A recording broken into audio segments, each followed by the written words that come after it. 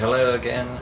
So in this video I'm just going to quickly kind of cover some combination attacks you can do with the katana. I'm not much of an expert in katana dueling, that sort of fighting, but I do know some rough ideas. It's more theoretical stuff that I'm going to try and demonstrate. But if you obviously want to go into more depth on how katana works, you want to study specific katana stuff, you might want to go to a kendo place or something like that.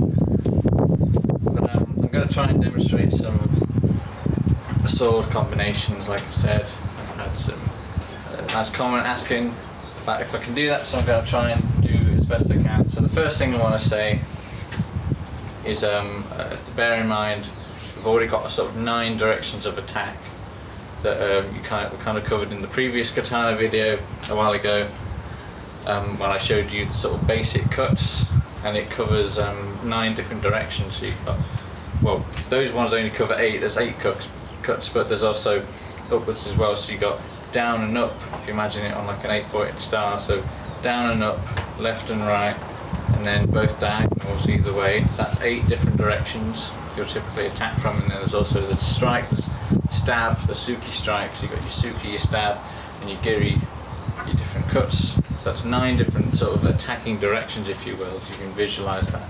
So up and down, left and right, both diagonals, and then in the middle as a stab. So that's something to bear in mind. And when it comes to sort of the way natural cuts flow together, so you do like kessigeri, diagonal like this. You can either reverse it, go the same way but opposite, do a yo-ho.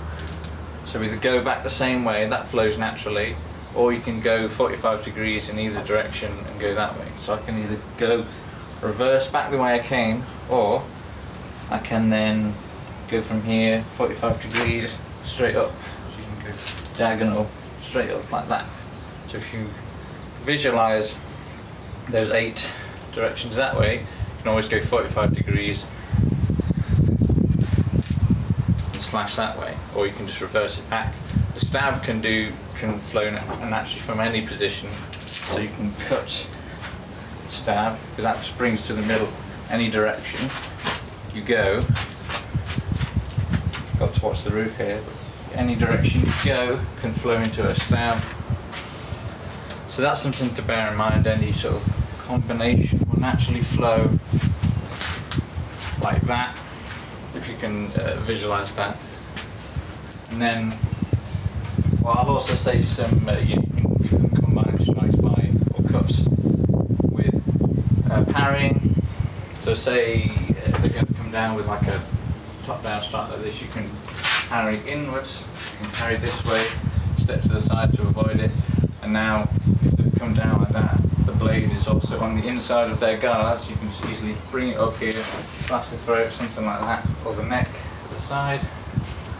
So if you imagine the strike coming down, step out, parry, your sword's inside the guard, you can just come straight in there like that. You can also parry similarly, deflect like this, and come in with your strike like that, things like that. Deflecting this way and turning that into a strike from there, and parry like that. Like I said before, you can always an example, here that was 45 degree change. You can from here stab in, stab in like that from any position.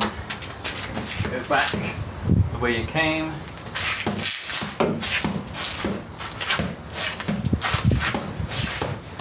It all flows naturally like that.